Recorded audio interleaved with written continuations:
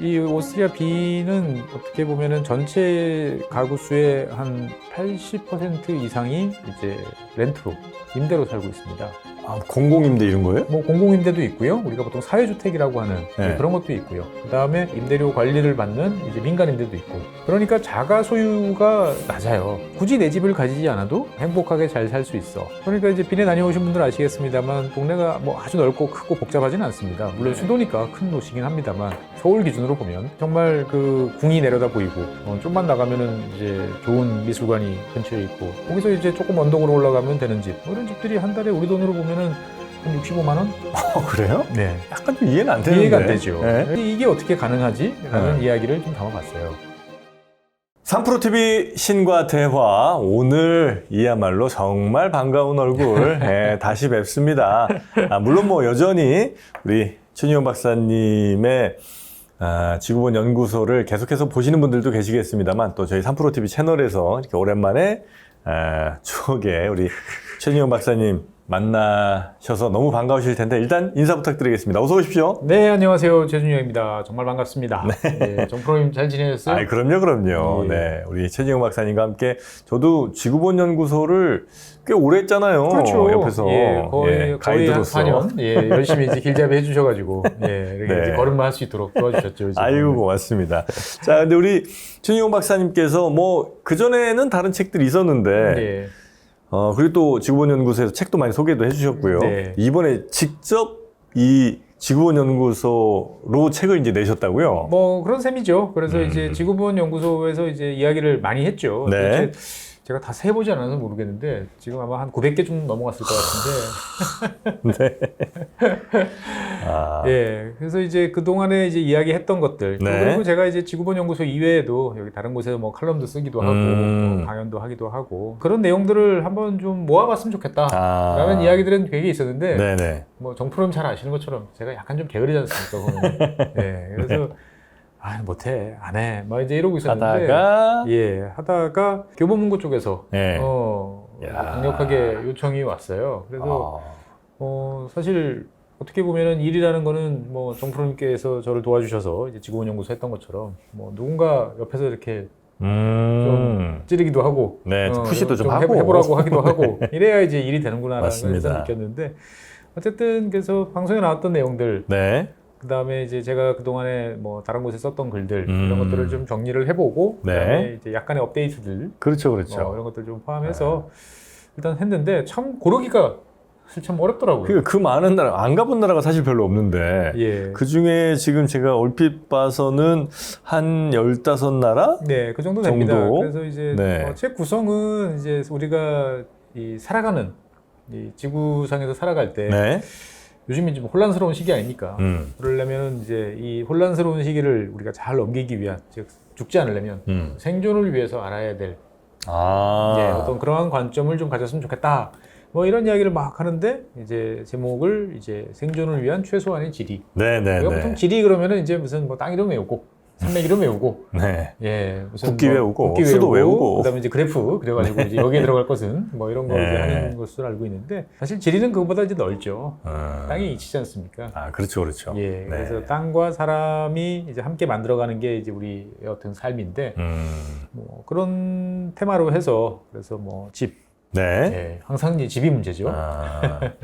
집부터 시작해서 이제 뭐 에너지, 인구, 뭐 기후, 그리고 이제 경제, 뭐 요런 그리고 이제 물까지 네. 포함한 요런 주제로 한번 나눠봤어요. 그래서 나누다 보니까 내가 좀 좋아하는 게 있구나. 에너지도 좀 좋아하고, 네네네. 집 이야기도 내가 꽤나 좋아하고 이런 생각이 좀 들었고 네. 물은 이게 중요하지라고 생각은 하고 의외로 좀 덜 다뤘구나. 그래서 앞으로 좀 종종 다뤄봐야겠다. 이런 생각도 하고 그랬습니다. 네.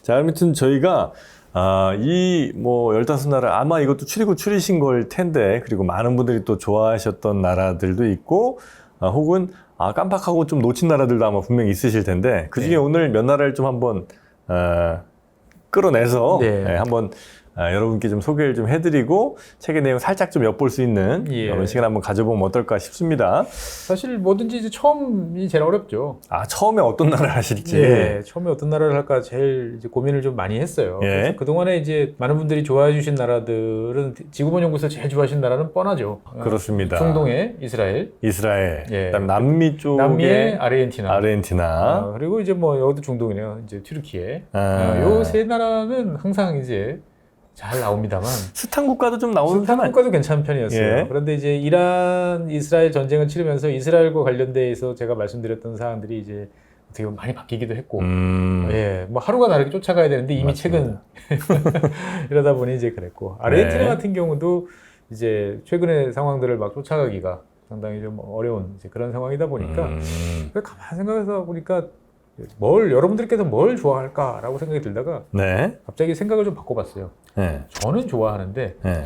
여러분들께서 별로 제가 생각했던 것만큼 이제 호응을 안 해주신. 아, 그래요?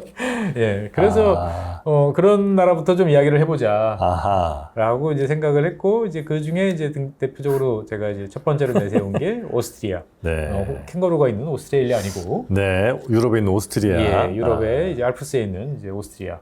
혹시 우리 박사님의 고집은 아니었을까요? 어떤? 아니, 그 시청자분들은 외면했는데 박사님 생각에 이건 꼭 해야 된다. 약간 좀 고집도 좀 피워봤습니다. 예. 네. 자, 그래서 이제 처음 시작이 오스트리아라는 나라로 시작을 해서 네. 그 뒤에가 뭐 스웨덴, 노르웨이 뭐 이렇게 있는 거 보니까 네. 예전에 거의 초반에 저희가 북유럽 쪽을 좀 많이 했었던 것 같은데. 아주 초창기에 이제 그쵸. 북유럽을 했었죠. 네. 그 당시에 이제 책 소개를 하면서 말씀을 드렸던 걸로 기억이 돼요. 거의 완벽한 사람들. 완벽에 가까운 사람. 하여튼 예. 뭐 그랬죠. 예, 그 제목이. 맞습니다. 네. 영프로님 기억력은 좀 탁월하십니다. 네. 그래서 이제 뭐 오스트리아, 스웨덴, 노르웨이 있는데 네. 그래도 어떤 책인지 감이 좀 안 오실 수 있는 분들을 위해서 예. 일단 어떤 나라부터 한번 가볼까요? 예, 일단은 처음에는 이제 오스트리아 빈과 관련된 이야기입니다. 오스트리아 빈. 예, 오스트리아 빈은 이제 오스트리아 헝가리 제국의 수도였죠. 그래서 예. 뭐 베토벤을 비롯한 우리 유명한 음악가들 다 빈에서 고생했어. 네네네. 심지어 이제 히틀러도 빈에 있는 미술학교 가려고 그랬는데 그거 받아줬으면 아마 인류 역사가 바뀌었을 텐데 탈락시켜 버려가지고 네. 그런 것처럼 이 뭐 문화와 관련돼 있는 그런 곳이죠. 그래서 유럽 여행을 할 때 보면 사실 오스트리아만 그 겨냥해서 가기는 좀 애매하고 예. 보통 오스트리아로 들어가셨다가 동유럽 돌고 이렇게 나오시는데 사실 오스트리아 수도인 빈 같은 경우에는 이제 역사적으로 봤을 때 되게 훌륭한 아름다운 도시이기도 하지만 이 대한민국 특히 수도권에 사는 사람들을 제일 괴롭히는 집, 주택, 하우스와 관련돼서는 네. 거의 뭐 천국과 같은 이제 그러한 곳이다라고 이제 말씀드리겠습니다. 빈이요? 예. 왜 그래요? 빈은 이제 유럽의 다른 나라에 비해서 훨씬 이제 주거 비용이 저렴합니다. 그러니까 뭐 우리가 이제 그런 얘기 종종 하죠. 뭐 파리에서 이제 낭만 있어 보이는 저 옥탑방, 네. 실층 한여방 이런 데 가서 정말 침대 하나 놓기도 빠듯한 이제 네. 그런 방도 이제 뭐 한 달에 뭐 180만 원씩, 200만 원씩 줘야 돼. 뭐 네. 런던에 가면은 뭐 렌트가 뭐 45%야 내 급여에. 거기는 뭐. 예. 그런데 네. 이 빈 같은 경우는 그런 우리가 알고 있는 살벌한 대도시보다 훨씬 더 쾌적하고 네. 살기 좋습니다만 비용은 거의 한 3분의 1? 그래요? 네. 그게 왜 가능하죠? 그렇죠. 그래서 이 책은 그게 어떻게 가능하게 됐을까라는 네. 궁금증을 좀 여러분들도 좀 궁금해 보세요라고 이야기를 하면서 어. 한번 이야기를 이제 풀어갔죠. 어쨌든 사람들이 살고 싶어 하는 곳이고 그래서 사람들이 몰려오면 당연히 집주인, 땅 주인들은 그 렌트비를 올리려고 할 것이고 그렇죠. 그걸 막을 방법은 사실 없잖아요. 없죠. 뭐 막을 방법은 하나 있어요. 뭐죠? 끊임없이 짓는다. 네, 끊임없이 지어서 네. 사람들의 수요가 항상 어느 정도 충족이 될 수 있도록. 그럼 뭐 끊임없이 위로 올라가거나 옆으로 퍼지거나 해야 되잖아요. 그렇죠. 그 작업을 비는 꾸준하게 지난 해요? 한 100여 년 동안 해왔습니다. 계속 많이 줘요? 그렇습니다. 그러니까 어떻게 이제 되지? 그 비인 같은 경우에는 그 우리랑 많이 제가 이 책에서 말씀드리고 싶었던 것은 되게 좋아. 우리도 저렇게 살았으면 좋겠어라는 생각 끝도 좋지만 네. 과연 그게 가능할까라는 우리는 우리의 현실을 좀 한번 보자라는 비교를 좀 해가면서 쓰려고 했는데 네. 사실 우리는 만약에 서울에 집을 짓겠다라고 그러면은 물론 이제 SH공사 뭐 이런 데서 일부 뭐 할 수는 있겠습니다만 네. 대부분 다 민간이 그렇죠. 알아서 하는 거죠. 네. 그런데 이 빈 같은 경우는 공공 부문이 일단은 대부분의 주택을 공급합니다. 이렇게 건설사나 뭐 이런 데서 그냥 지어서 네. 이게 시행사가 뭐 분양하고 이게 아니고. 아니고 그런 거는 아주 일부고 네. 대부분의 주택들은 공공 부문에서 이제 신축을 하거나 아니면 오래된 집을 리노베이션 하거나 증축을 하거나 이런 형태로 공급을 합니다. 그래서 우리 사람 마음이 왔다 갔다 하잖아요. 아, 집값이 안 오를 것 같아. 사기 싫어. 뭐 네. 손해 볼 것 같아. 그러면 이제 집 수요가 확 줄잖아요. 네. 그러다가 이제 갑자기 집값이 렌트가 올라가는 네. 것 같아. 그러면 막 확 올라가잖아요. 네. 근데 이제 집 짓겠다고 하면 이미 때는 늦었죠.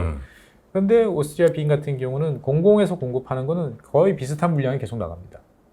그래서 사람들이 별로 주택 수요가 없는데? 라고 네? 생각하면 공공이 공급하는 물량으로 다 커버가 돼요. 아, 그래요? 그런데 이제 민간이 들어올 때는 언제죠? 사람들이 이제 좀 더 좋은 집, 뭔가 다른 컨셉의 집, 뭐 이런 것들이 네? 필요할 것 같아. 라고 그러면은, 그건 민간에서 알아서 수요가 있으니까. 그런 식으로 역할을 이제 나누고 있는 거죠.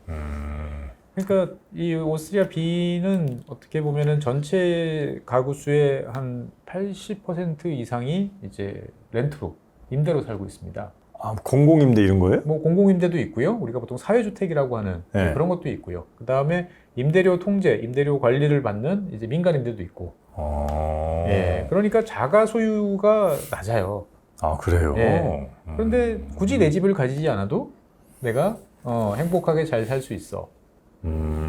그러니까 이제 빈에 다녀오신 분들 아시겠습니다만 동네가 뭐 아주 넓고 크고 복잡하지는 않습니다. 네. 수도니까 큰 도시긴 합니다만 네. 서울 기준으로 보면 그렇죠. 근데 정말 그 궁이 내려다 보이고 네. 좀만 나가면은 이제 좋은 미술관이 근처에 있고 네. 거기서 이제 조금 언덕으로 올라가면 되는 집. 뭐 이런 집들이 한 달에 우리 돈으로 보면은 한 65만 원? 그래요? 네. 약간 좀 이해는 안 되는데. 이해가 안 되죠. 네. 그래서 이 책은 이제 이게 어떻게 가능하지? 라는 네. 이야기를 좀 담아봤어요. 그러니까 뭐냐면 질이라는 것은 우리가 네. 지금 딱 보이는, 눈앞에 보이는 것만 질이가 아니고 역사적으로 쌓아온, 그게 자연이 쌓았던, 사람이 쌓았던 하는 이제 그 결과들도 다 지리에 포함되잖아요. 그러니까 이제 오스트리아의 빈 같은 경우는 원래 이 귀족 도시, 네. 제국의 수도였으니까. 였는데 이게 언제부터 바뀌었냐? 1918년이죠. 네. 이제 1차 세계대전이 오스트리아 헝가리 제국이 멸망했죠. 예. 지면서 이 독일어를 쓰는 사람들 네. 같은 경우에는 저쪽 헝가리라든지 오스트리아, 헝가리 제국 여기저기 흩어져 있다가 갈 데가 없는 거예요. 그러면 다 이제 일단 이제 수도 근처 빈으로 네네네. 이제 몰리게 되는 거죠. 예. 당연히 이제 도시가 이제 뭐 바글바글 난리도 아니죠. 네. 집도 없고. 내가 지금 당장 죽게 생겼는데 뭐 어디 가서 정식으로 좀 계약서 쓰고 이러겠습니까? 네. 그냥 다짜고짜 그 귀족들 정원 아, 그냥 차지하고 다녔 차지하고 거기다가 이제 그 먹고 살아야 되니까 네. 텃밭 가꾸는 거죠. 곡괭이로 이제 어... 잔디밭 파헤치고. 어차피 이제 뭐 귀족들 사라졌으니까. 그렇죠. 네. 아직 있긴 합니다만 네. 뭐 때로 몰려오면은. 아, 어쩔 수 없지. 네. 그래서 이제 그 널리 있던 그 귀족들의 영지들이 갑자기 우리로 따지면 텃밭 플러스 판잣집 촌으로 이제 분하게 됩니다. 그래요. 예. 그러면 이제 이것을 보고 야 질서를 좀 잡아야지 철거라고 해야 될 것 같은데 네. 당시에 이제 빈 정부는 이제 좌파 정부여서 아마 그랬겠습니다만 그냥 그렇게 마구마구 짓지 말고 이왕이면 체계적으로 좀 힘을 모아서 네. 같이 지어서 제대로 살 집을 짓는 게 좋지 않겠어? 아, 거기 들어가면 안 된다가 아니고, 예, 그렇죠. 야, 남의 땅에 짓지 말라가 아니고, 네. 야, 좀 잘 지어, 이왕이면. 그렇죠. 그래서 없는 살림을 쥐어 짜서 네. 이제 그 기본적인 자재들 이런 것들도 좀 공동구매 형태로 공급도 해주고 그 다음에 이제 대충 눈대중으로 짓지 말고 내가 그래서 지금 실업자인 건축가 나온 사람들 좀 소개해 줄 테니까 네. 받아서 좀 지어봐라 같이 논의를 해서. 거기에 대한 저항은 없었어요? 뭐 땅 주인들? 왜냐면은 이제 땅 주인들은 다 귀족들인데 네. 잘못하면은 이제 다 불타오를 상황이니까 아무도 이제 말을 못 하는 거죠. 그래. 네. 그래서 이런 상황에서 그래도 제국의 수도였으니까 뛰어난 예술가들 그다음에 건축가들이 존재를 하고 있었죠. 그래서 이 사람들이 이제 모여가지고 사람들한테 이제 이야기를 합니다. 그냥 막 설계를 해주는 게 아니고 자, 어떤 걸 원하세요? 필요한 목적에. 필요한 목적. 그다음에 이게 우리가 여기서 이제 했을 때 과거의 집처럼 똑같은 집을 지었을 때 불편한 게 뭘까? 이런 이야기를 해보는 거죠.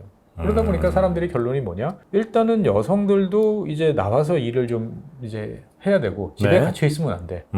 근데 그러려면은 집안 살림이 좀 편해야 되고 그 다음에 애들을 돌봐주거나 여러 가지 활동을 할 수 있는 공동 공간이 필요해. 여기에 대해서 이제 사람들이 점점 고개를 끄덕끄덕합니다.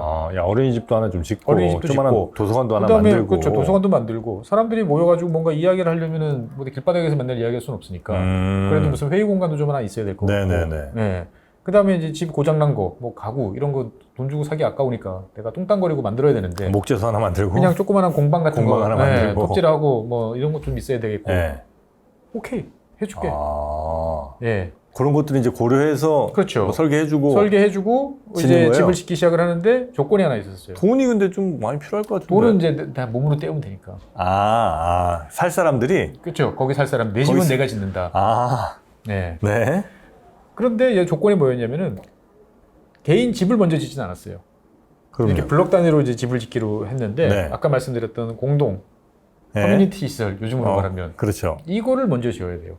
아, 그래서 그래야? 여기서 총 전체 한 3,000시간 정도의 내가 노력 봉사를 했어. 네. 라는 게 입증이 돼야 이제 자기 집을 지을 수 있는. 아, 예. 그거는 되게 좋네. 왜냐면 만약에 집부터 먼저 짓고 커뮤니티 센터 지려고 그러면 나 안 해. 막. 그쵸, 뭐 별별 그렇죠. 핑계 대고 아파요 네. 뭐 이럴 수 있는데 일단 거기서 이제 3,000시간 증명을 해야 다음에 너 순서 이게 되다 보니까 했죠. 그래서 빈에서 이 당시에 나왔던 이야기들을 쭉 보면 지금 21세기 서울 여러분들이 좋아하는 이제 최신형 이제 아파트 네?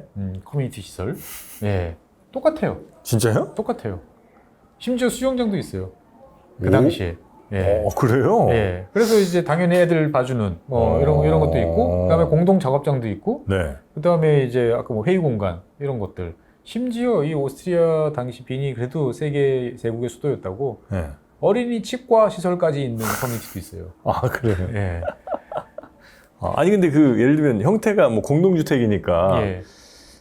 생각할 수 있는 게 뭐 예를 들면 그 스페인의 왜 유명한 그 미음자로 된 바르셀로나. 네, 바르셀로나 예, 예. 그런 스타일인지 아니면 뭐 우리나라에 있는 무슨 맨션 같은 그런 그냥 공동주택인지 빌라 같은 형태인지 약간 일단은 블록 단위로 지었는데 예. 그렇다고 바르셀로나처럼 그렇게 딱 그 표준화된 그런 그런 건 포맷은 아니었고. 아니고 예, 상당히 이제 개성들이 어느 정도 있습니다만 주변과의 조화를 고려한 그래요? 예, 그래서 제국의 수도였으니까. 아니, 나라 한번 망했다가 다시 막 그 필요에 의해서 짓는데도 그래도 꽤 고려를 그럼요. 많이 했네요. 기본적으로 본 게 있으니까. 눈높이가 내 옆집에서 맨날 피아노 치던 사람이 베토벤이고. 그렇지. 예, 내 옆에서 맨날 담배 뻑뻑 피면서 뭐 이상한 소리 하던 사람이 프로이드고.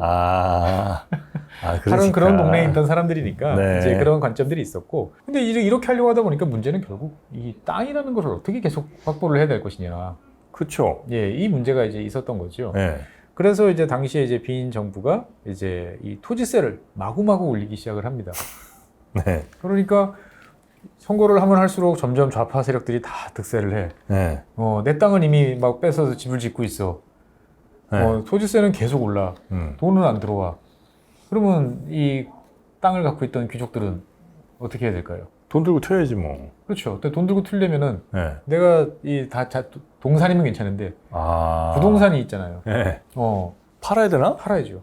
나라에 파는구나 이걸. 그렇죠. 시정부가 그 당시 뭐 여러 가지로 경제적으로 혼란한 상황이었으니까 네. 누가 이렇게 큰 손도 별로 없고 그러니까 엄청 헐값에 마구마구 후려쳐가지고 네. 이제 빈 정부가 이제 싸움을 그래서 지금도 빈 같은 경우는 전체 이 토지의 상당 부분이 시유지예요. 그래요? 예. 그렇게 돼야 일단 집값은 뭐 어느 정도 왜냐면 다 사유지면 쉽지가 않겠더라고. 그렇죠. 개인의 아무리 욕망이. 이걸 통제를 하려고 그래도. 예. 그러니까 뭐 집값이 올라 그러면은 저쪽에 있는 뭐 부지에다가 우리 새로 지어. 아니면은 이제 예전에 오래전에 3층으로 지어놨는데 그거 이제 10층으로 올려? 증축해. 네. 뭐 이런 식으로 이제 계속 공급을 하는 거죠. 그 시가 결정권을 꽤 많이 갖고 있군요. 그렇습니다. 그래서 여기는 내한 돈이 많으니까 이제 거대한 저택을 지어볼 거야. 이거 안 됩니다. 그럴 수는 없어요? 네, 그럴 수는 없어요. 단독주택지라는 이 필지가 없어요. 다 공동이에요? 옛날에 만들어 놓은 거 빼고 나면은 다 무조건 공동주택인데 우리나라처럼 이제 높은 아파트는 아니고 네. 보통 이제 한 7층에서 10층 정도? 그러니까 음. 유럽 기준에 봤을 때는 꽤 높은 편이죠, 보면. 그쵸. 파리 뭐 3, 4층 이런 건 아니고. 네, 그거보다는 높고. 그러니까 파리가 보통 한 7층 정도 되는데. 그래요? 그거랑 비슷하다라고 보시면 될 것 같아요. 예. 한 7층, 10층. 예.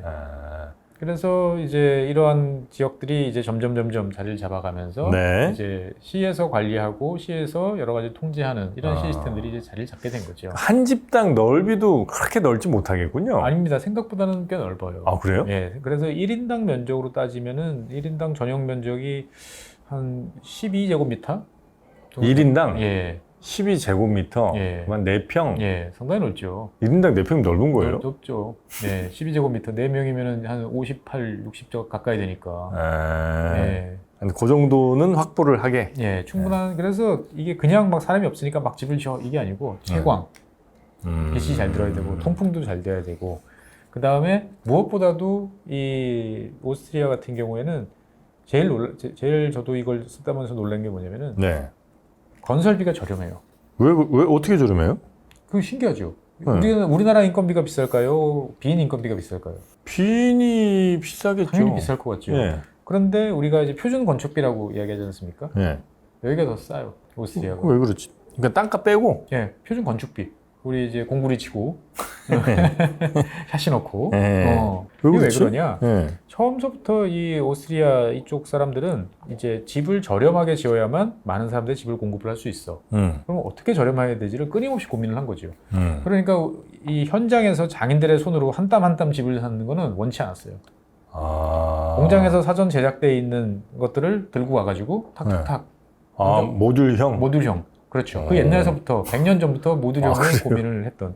어떻게 보면 대한민국이 그런 면에서 봤을 때는 상당히 독특할 정도로 지금도 현장에서 제작하는 것들을 많이 하는 나라예요. 일본 같은 경우에는 16세기, 17세기부터 다 표준화됐어요. 창문, 문 그래요? 이런 것들이. 예. 그래서 이제 이 오스트리아 빈 같은 경우도 건축가들한테 주기적으로 이제 그 경쟁, 컴피티션을 붙여가지고 네.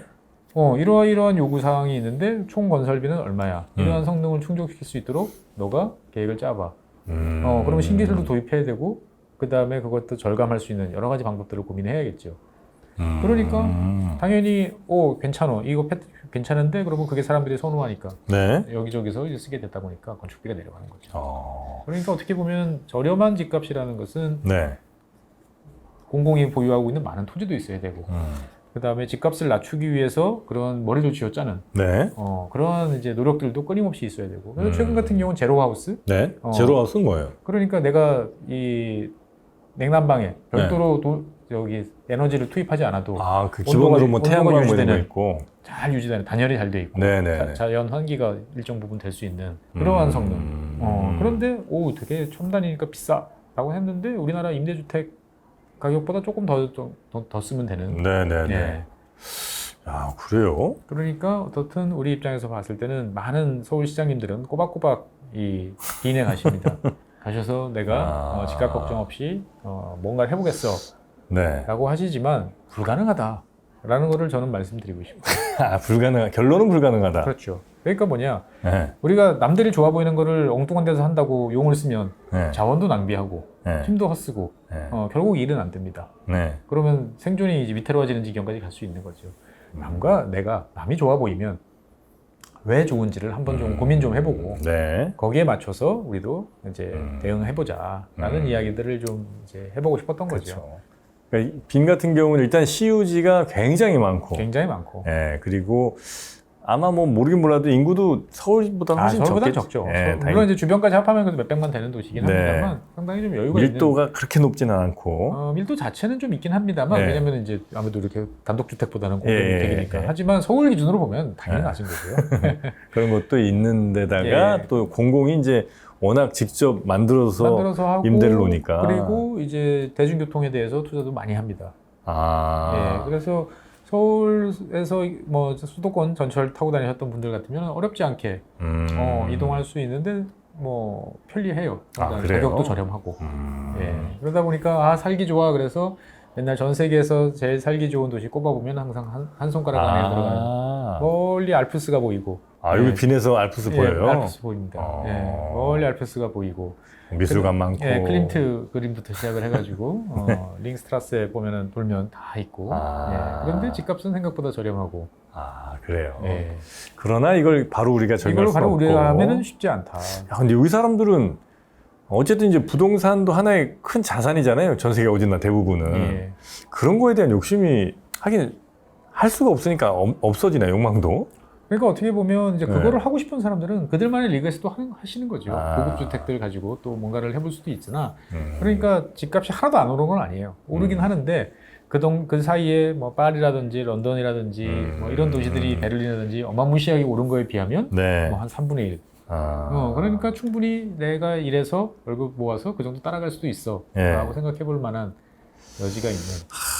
그러니까 어떻게 보면 꿈의 동네지만 우리로서는 그 꿈이 어떻게 현실이 됐는지를 이제 인정을 좀 해보자라는 내용으로 좀 이제 한번 담아봤습니다. 아, 오스트리아 비는 이제 첫 번째 예. 네, 사례로 잡아주셨고, 특히 이쯤 되면 항상 저는 이제 우리 박사님한테 우리나라 서울은 혹시 네. 집값이 좀 안 아, 올라갈 방법은 없나 늘 여쭤보는데. 사실은 서울 집값을 뭐 여러분들 앱 켜놓으시고 네. 그렇게 가격을 설정해서 보시면 의외로 다양한 가격대들의 주택들이 많이 있어요. 너무 우리가 이렇게 뉴스나 아니면 이렇게 그냥 좀 고급 뭐 이런 것만 봐서 그렇죠. 그런가요? 다 이제 원베일리, 원펜타스 뭐 이제 이런 것들만 이제 네. 보고 그것이 이제 막 뉴스에 뜨고 드디어 뭐 국평이 이제 60억을 돌파했어 막 이제 근데 그 서울에서는 이제 그렇지는 않죠. 사실. 그러니까 어떻게 보면은 저는 이 책을 보시면 어떻게 느낄지 모르겠습니다. 저는 그 이야기를 사실은 그렇게 노골적으로 쓰진 않았지만 하고 싶었어요. 네. 너무 평범한 사람들이 예. 살만한 동네를 만들어 달라. 그거는 공공이 해야 될 일이다. 예, 저는 그런 생각을 많이 합니다. 그러니까 돈 많은 사람들 비싼 집으로 뭐 100억, 200억 하는 거 그걸 뭐 굳이 터치할 필요 없고. 그 다음에 뭐 다 밀어서 무조건 아파트? 이것도 사실은 어렵죠. 네. 그런데 어떻게 보면은 사람들이 이 동네 괜찮아라고 느낄 수 있는 건 뭘까요? 어떻게 보면 주차할 공간이 적당하게 있고, 그 다음에 차에 신경 쓰지 않고 아이들이 다닐 수 있는 인도가 좀 있고, 그 다음에 중간중간에 그래도 크진 않아도 뭐 나와서 좀 앉아 있을 수 있는 네. 공원 같은 게 좀 있고, 사실 이런 정도 조건이면 그렇죠. 예, 네. 괜찮습니다. 물론 거기에 당연히 지하철역이라든지 이런 게 가까우면 금상첨화겠죠. 네네. 서울 지역에 그런 동네들 의외로 많습니다. 그런데 문제는 뭐냐? 이것은 글쎄 누가 해야 되는 일이지? 당연히 구나 시에서 해야 되는 일인데 별로 신경들을 안 써요. 그러니까 빨리 슬럼화돼서 빨리 아파트 짓는 게 나아 라고 생각을 하는데 또 그 틈새를 비집고 들어와가지고 거기다가 신축 빌라 또 톡톡톡 지어가지고 아유. 예, 안 되게 또 하는 또 이런 분들도 계시죠. 네, 그러니까 또 어쨌든 네. 뭔가 전체 사회가 합의하는 구조가 잘 없어요. 근데 그에 비해서 B는 공공이 공급을 하고 임대료 통제를 하고 이거를 가지고 장난을 치면 우리 모두가 불행해져 라는 생각에 동의를 한 거죠. 네네네. 자, 하여튼 이 책의 첫 번째 사례로는 이제 오스트리아 빈이 네. 등장을 했고요. 요건 이제 짧게만 좀 여쭤보고 싶은 건데, 그 스웨덴이랑 노르웨이가 이제 있잖아요. 예. 여기는 뭘 주제로 혹시 쓰셨어요? 그러니까 스웨덴 같은 경우는 이제 뭐 여러 가지 이야기들이 있습니다. 좋은 이야기보다는 오히려 안 좋은 이야기들이 이제 더 많았던 것 같아요. 스웨덴에? 예. 그러니까 이제 뭐 자산 격차, 그 다음에 이제 빈부 격차 이런 것들이 급속도로 벌어지고 있는. 뭐 이런 이야기. 그러니까 우리가 알던 스웨덴, 그건 과거의 스웨덴입니다. 아, 그래요? 네. 뭐 이 책을 내고 난 다음에 나왔지만 지금 뭐 영국도 IMF 간다는 이야기 나오고, 영국이요? 예, 프랑스도 IMF 간다는 이야기 나오고. 프랑스는 지금 뭐 상태 안 좋다고 나던데. 네, 두 나라 지금 다 상태가 안 좋습니다. 아. 사실 두 나라가 좀 대표적으로 지금 정치적인 문제랑 겹쳐서 그렇지, 예. 뭐 이탈리아도 별로 상태가 안 좋은 건 오래됐고, 네. 그러니까 지난 한 15년 사이에 유럽 국가들의 부채가 공공부채가 다 2배씩 뛰었어요.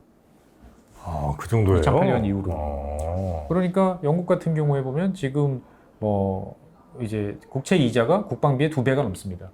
한해 쓰는 국방비보다 예, 국채 이자가 국채 원금도 아니고 이자가. 예. 와.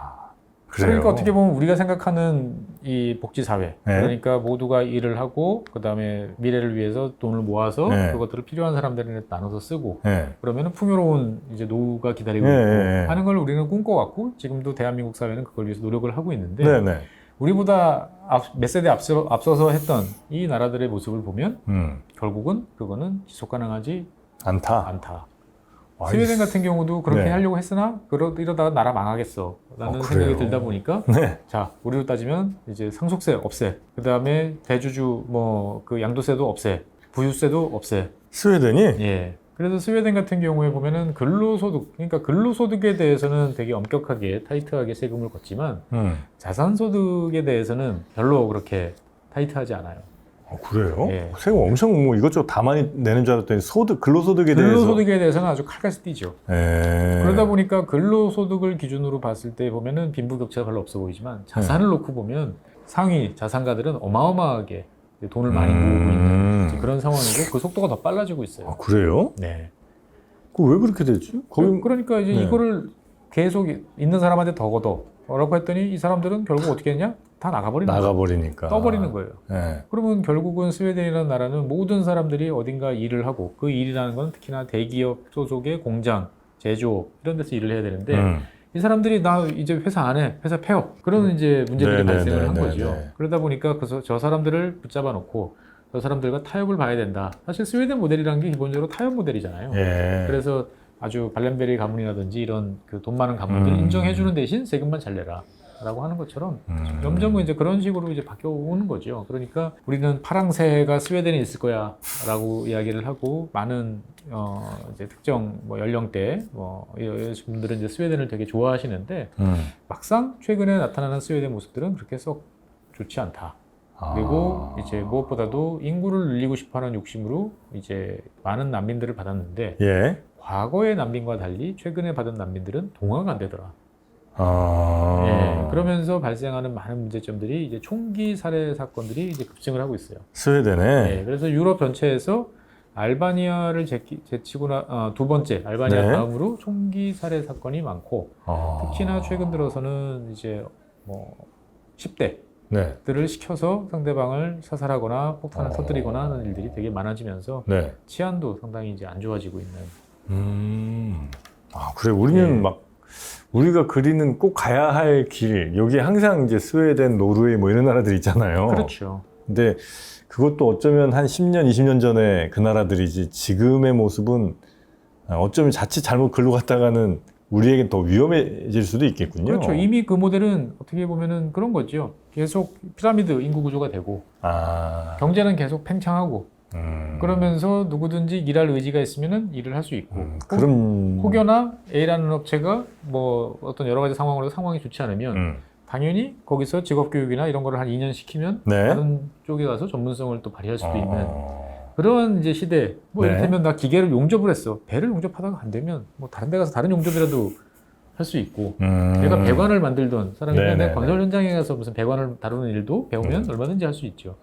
그런데 이제 산업 구조가 바뀌면서 갑자기 IT가 등장하고 예, 무슨 소프트웨어로 무슨 앱을 제작하고 갑자기 용접하다 그거 할 수는 그거 할 없으니까. 수는 없는 거죠. 네네. 그러니까 그런 모델들의 한계에 이미 봉착한 나라들이 이제 북유럽 나라들이고 그러다 보니 이제 여러 가지로 변화들을 하는 거죠. 네. 이 책에서는 그렇게까지는 안 썼습니다만 과거에는 스웨덴이 제일 북유럽에서 잘 사는 나라였어요. 네. 그래서 노르웨이 사람들이 스웨덴에 와서 식당 알바도 많이 하고 청소도 많이 하고 네. 그랬는데 요즘에는 이제 스웨덴 청년들이 이제 임금이 높은 이제 노르웨이로 가서 바나나 까고 식당에서 서빙하고 하는 일들이 이제 벌어지고 있는 거죠. 상황이 완전히 역전돼 버렸네요. 그렇습니다. 노르웨이는 맞죠. 석유도 워낙 많이 나고. 노르웨이는 이제 반대로 이제 깔고 앉아 있는 석유가 이제 원체 많다 보니까 그것만 가지고도 이제 뭐든지 다 할 수 있는 사실은 그 스웨덴 같은 경우는 그 원래대로 원칙적으로 하면은 석유 팔아서 가스 팔아서 번 돈은 다 국부 펀드에 집어넣잖아요. 노르웨이가. 예. 그러니까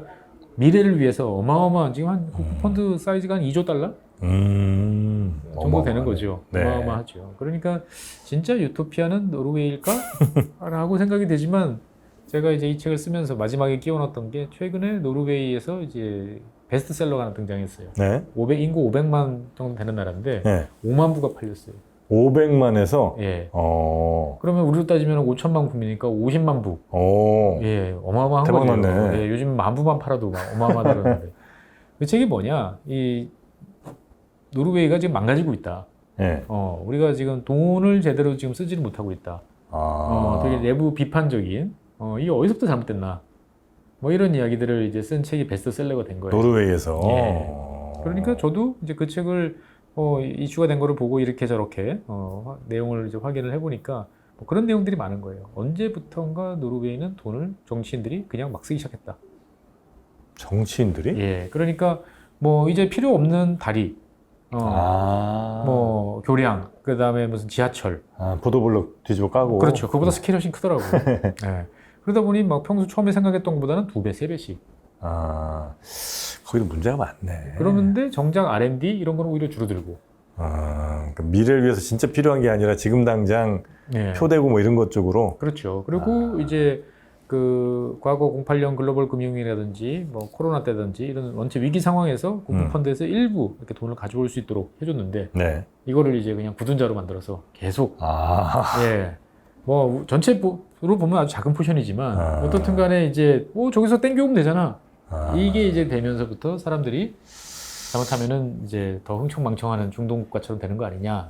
걱정들을 이제 하는 거죠. 걱정을 하고 있으니까 문제는 아마 커지지 않을 것 같은데. 네. 그러니까 그런 거 보면 우리가 봤을 때 다 그 사회는 나름대로의 걱정이 있고 나름대로의 고민이 있지 않을까. 그렇죠. 네.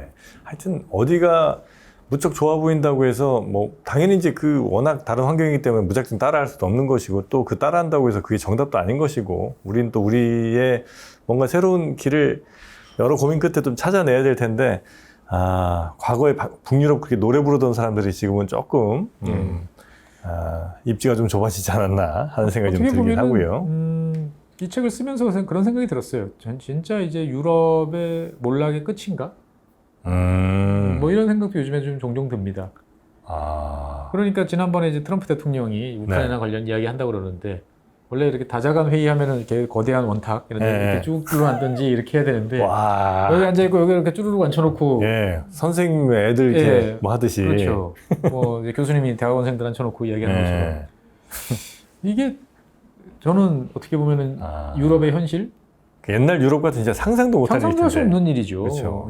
자존심 강한 나라들이 프랑스, 독일 대통령 두 사람이 수상이랑 동시에 봤다? 그럼 당연히 따뜻한 의전과 더불어서 뭐 여러 가지를 해야 되는데 몰아놓고 그냥 이게 트럼프 대통령이 이상한 사람이다라고 볼 수도 있습니다만 어떻게 보면 양쪽이 이미 힘의 격차가 그렇게 벌어진 거죠. 너무 벌어졌죠. 그러면은 미국은 어떻든 잘 나가는 상황이고 유럽은 못 나가는 상황이다. 근데 그게 뭐 독일이 못 나가고 뭐 프랑스는 잘 나가고 이것도 아니고 유럽 전체가 지금 안 좋아지는 상황을 우리가 지금 목격하고 있는데 우리는 여전히 유럽에서 뭔가를 배워야 돼. 이런 생각들을 너무도 많이 하고 있는 것이 아닌가라는 생각도 좀 듭니다. 자, 하여튼 이런 재미있는 이야기들이 많이 담겨져 있는 책, 우리 최준영 박사님의 생존을 위한 최소한의 지리라는 책. 오늘 이제 맨 앞부분 소개를 해드렸고요. 저희가 다음 에피소드에서 아주 물 전쟁이 이제 전 세계적으로 있지 않습니까? 강릉입니까? 강릉이 진짜 큰일 났더라고요. 하여튼 저희 녹화 이후로라도 빨리 비가 좀 와서 가뭄 피해가 좀 없어야 될 텐데, 그거는 그거지만 하여튼 전 세계 뭐 아프리카 대륙도 또 뭐 아시아 대륙도 하여튼 물 때문에 어마어마한 전쟁을 벌이고 있는데, 그 이야기를 여러분께 잠깐 또 소개해 드리도록 하겠습니다. 자, 저희는 우리 최진영 박사님과 다음 에피소드로 돌아오겠습니다. 고맙습니다. 감사합니다.